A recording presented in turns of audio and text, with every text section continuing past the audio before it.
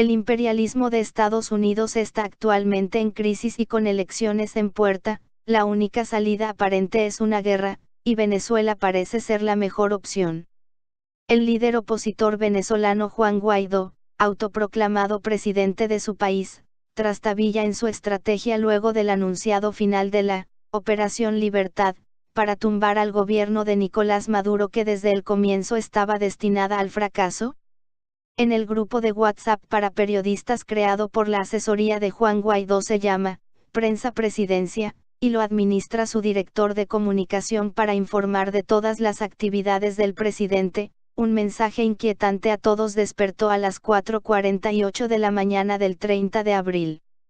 El remitente era Edward, el citado director de comunicación. Decía lo siguiente: buen día a todos. Prevenidos. Noticia en desarrollo. Enseguida empezaron las respuestas de los zombies del grupo. ¿Qué pasó? ¿Qué pasó? 18 minutos después una dosis más de información, para ir alimentando la maquinaria. Edward envió una captura de pantalla de un tuit de Alberto Rabel, periodista venezolano conocido por su militancia opositora y actualmente director del Centro de Comunicación Nacional, la cuenta de Twitter oficial, según dice en su reseña, del presidente, de la República Bolivariana de Venezuela. El tuit de Rabel era todavía más inquietante que los primeros mensajes. Atención. Situación irregular en Venezuela. Y a continuación, estaremos informando. Era madrugada pero ya no había remedio. La adrenalina sobrepasó con creces la eficiencia de la hormona del sueño. ¿Dormir quién? Arreaza, acciones de EU contra Venezuela confirman intenciones de golpe de Estado. Siguiente mensaje, estaremos informando. ¿Dónde, a qué hora, y Guaidó? Cada vez más zombies despiertos de sangre. 13 minutos después, de nuevo Edward, cara redonda, gafas, siempre con camisas muy bien planchadas. Les informo que el presidente Guaidó hará un pronunciamiento. ¿Dónde y a qué hora? Por CNN. Creo que todos ya estábamos despiertos y con el primer café hecho intentando desvelar qué tipo de situación irregular nos había sacado de la cama y parecía que sacaría de la cama al país entero en pocos minutos. Rabel siguió alimentando su ego con un nuevo tuit en el que decía de manera extraoficial, ojo a la aclaratoria, como si no supiese que lo que estaba diciendo era completamente cierto sencillamente porque lo había preparado él junto al equipo de comunicación que administra ese grupo. Testigos informan presencia del presidente Guaidó en base aérea de La Carlota respaldado por las Fuerzas Armadas.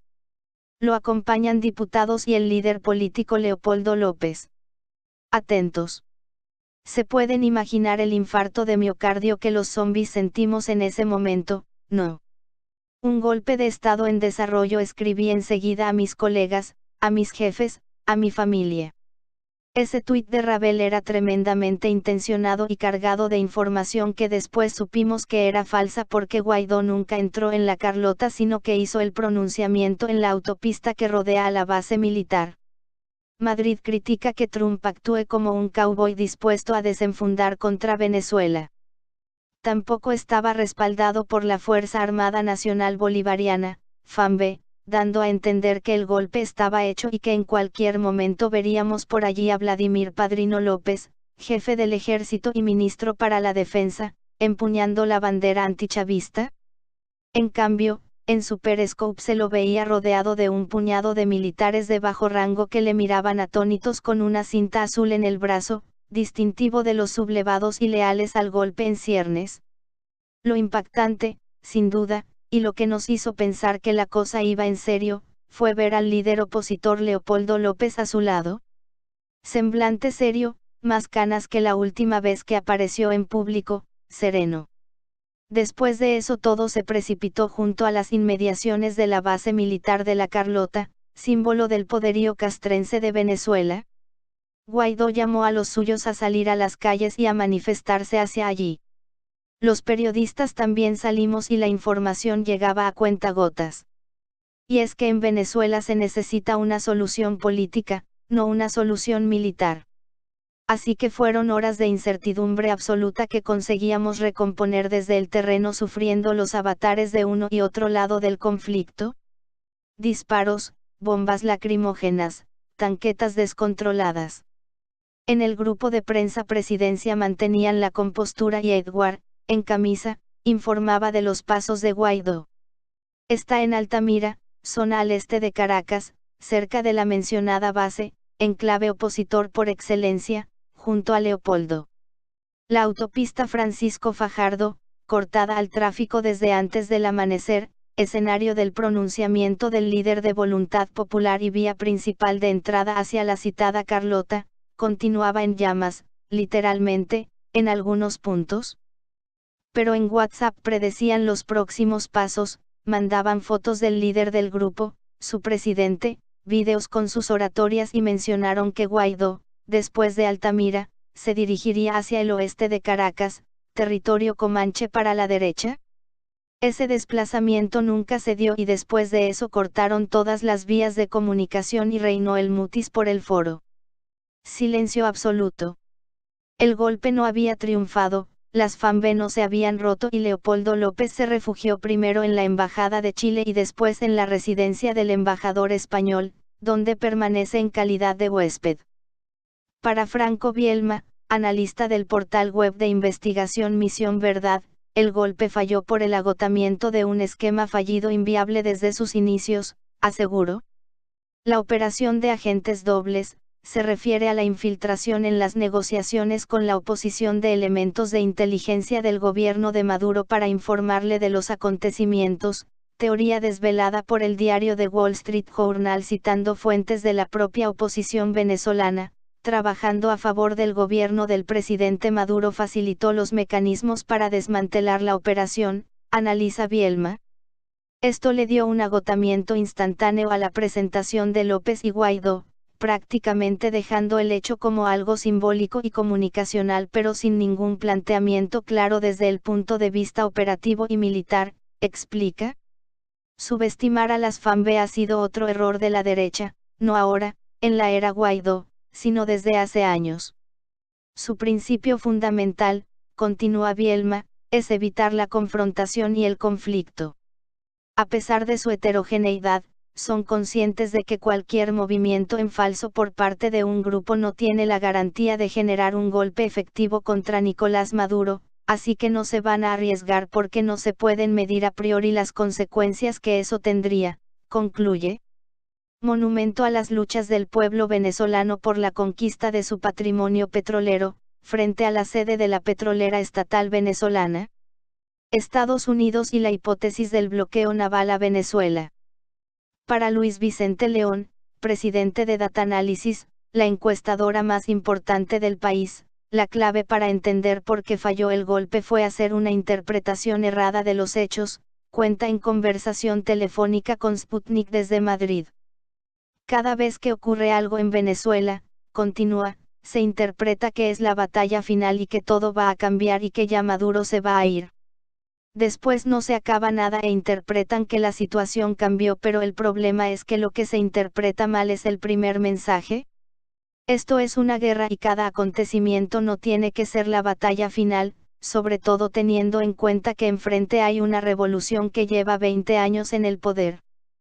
Para Luis Vicente León, lo que pasó el martes 30 de abril fracasó por haber dado por sentada una victoria que nunca llegó y por haber creído que una fractura en el seno de los militares era suficiente para sacar a Maduro. Se necesita mucho más que eso. Los militares no quieren una guerra y mucho menos entre ellos mismos, ese es el último escenario, apunta el encuestador. No dejes de leer, Venezuela respira tras el golpe, crónica de un 1 de mayo especial, o no tanto.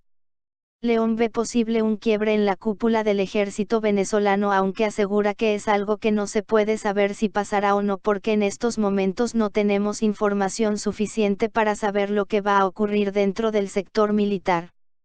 Juan Guaidó, diputado opositor de Venezuela, autoproclamado presidente encargado del país. Venezuela, ¿qué piensa la oposición que no quiere a Guaidó?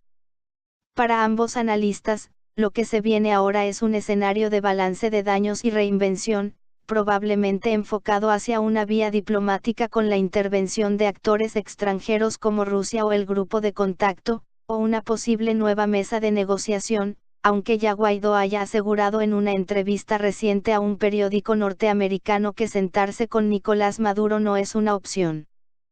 Pero así es la política, sostiene León, preguntado por estas declaraciones. Porque una cosa es lo que se dice y otra lo que se hace, sobre todo por detrás. Como casi todo en esta vida. 2. Para Bielma, además, es probable que el líder opositor intente instar a su detención. Parece que fuese un mandato del gobierno de EU. Que haga todo lo que esté a su alcance para que lo metan preso. Pero el gobierno venezolano no pisa el peine. Le interesa que Guaidó se agote, solo, apuntó. Y por ahora, lo está consiguiendo. Más sobre el tema, analista, EU busca revivir el Tratado Interamericano de Asistencia Recíproca en Venezuela. La popularidad de Juan Guaidó ha bajado, sostiene el presidente de Datanálisis, pero sigue siendo una figura mayoritariamente aceptada por la oposición, agrega. Sin embargo, el tiempo es peligroso para él porque en la medida en que no se presentan resultados concretos la gente comienza a sentir temor y empieza a castigar a sus propios líderes, prosigue. Eso es teoría vieja en Venezuela. Una manifestación en apoyo a Nicolás Maduro en Caracas. Hablan los extranjeros que eligen Venezuela como hogar, porque se quedan. El líder de Voluntad Popular, apenas 3 días después del intento de golpe de Estado que nunca funcionó, volvió a convocar a las calles para manifestarse junto a las bases militares del país. La convocatoria fue un fracaso absoluto, reconocida incluso por los medios internacionales afines a su estrategia. Él ni siquiera apareció ni habló en público como estaba previsto. Los periodistas del grupo de WhatsApp de Prensa Presidencia se estaban volviendo locos. Pero va a hablar, ¿hay alguna información de dónde estará Guaidó? Hola. Nadie respondía. La calle estaba tan tranquila que la foto de un presidente golpista autoproclamado de éxito hablando a ninguna multitud habría sido más devastadora que el propio golpe fallido. Después de aquello siguió sin aparecer y tampoco se presentó el domingo 5 de mayo a la vigilia que convocó por sus mártires, los muertos durante las jornadas de protesta. Reapareció sin prensa el martes 7 en la sesión ordinaria de la Asamblea Nacional en la que la bancada opositora debatió sobre la reincorporación de Venezuela al TIAR, Tratado Interamericano de Asistencia Recíproca, para justificar, según su artículo 6, una intervención militar alegando cualquier hecho que ponga en peligro la paz de América. Asambleísta, envío de buque hospital a Venezuela muestra la doble moral de EU. Al final quedaron en debatir el debate. O sea, en nada. Y la prensa del grupo de información de WhatsApp sobre los avatares de su presidente ya no sé si se quejó o no, si preguntó o no, porque sus administradores me sacaron sin explicación y jamás, hasta el día de hoy, respondieron a mis preguntas sobre este tema. Tampoco a las llamadas telefónicas, aunque he visto a Edward, en camisa, declarar estos días sobre la libertad de prensa y expresión. Quizá lo pillé ocupado. Lo volveré a llamar. Asimismo, el imperialismo que impulsa EU se encuentra en su fase terminal y debe recurrir a la guerra para mantenerse con vida, que es lo que está ocurriendo con Venezuela, dijo el analista político costarricense Oscar Barrantes. El imperialismo mundial está en su fase definitivamente agónica, y la guerra es su política.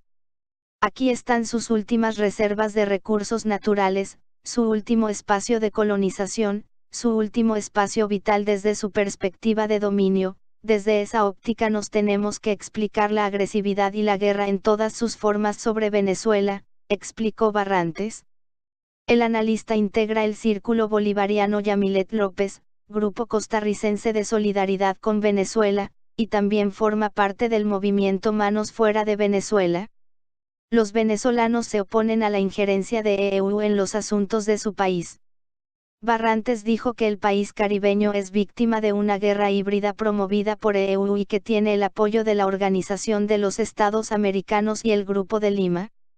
Es una guerra no convencional en términos de la aplicación de una guerra psicológica, mediática, en el campo diplomático, en el hostigamiento político a través de la OEA y el Grupo de Lima, y los constantes intentos de desvirtuar la legitimidad de los procesos electorales, afirmó el analista.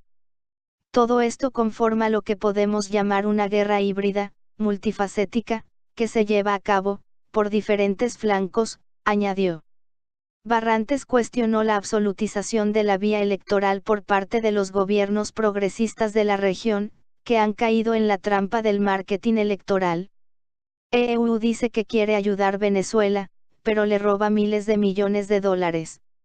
En esta línea Barrantes aseguró que hay que hacer una separación indiscutible entre la revolución bolivariana en Venezuela y los gobiernos de izquierda que estuvieron al frente del poder ejecutivo en Argentina, Brasil, Ecuador y Uruguay durante los primeros 15 años de este siglo. Aparte de que se abandonó la lucha, se abandonaron métodos fundamentales de la lucha popular, como la crítica orgánica necesaria, la autocrítica. Eso no es una actitud de deslealtad, al contrario, es una fortaleza de la unidad. Claro que la crítica tiene que ser orgánica, no un ataque virulento desde la perspectiva de la burguesía o el imperialismo, es un planteamiento para dar un salto cualitativo, explicó el analista.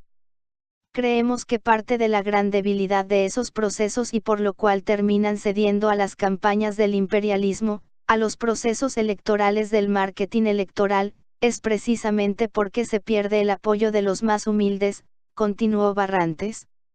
EU aumenta su guerra psicológica contra Maduro. El integrante del movimiento Manos Fuera de Venezuela dijo que en este escenario se vuelve central definir la trascendencia de la revolución bolivariana en el país caribeño. La defensa de esa revolución es un factor relevante para la continuidad del proceso de cambio en América Latina, sostuvo Barrantes. El Círculo Bolivariano Yamilet López es parte del movimiento de solidaridad con Venezuela y con su gobierno, el único legítimo, constitucional y democrático del país caribeño, según el analista. Yamilet López fue una joven costarricense, militante del Partido Vanguardia Popular, sucesor del Partido Comunista de ese país, quien murió el 25 de julio de 1983, a los 27 años, mientras combatía en Nicaragua en defensa de la revolución sandinista.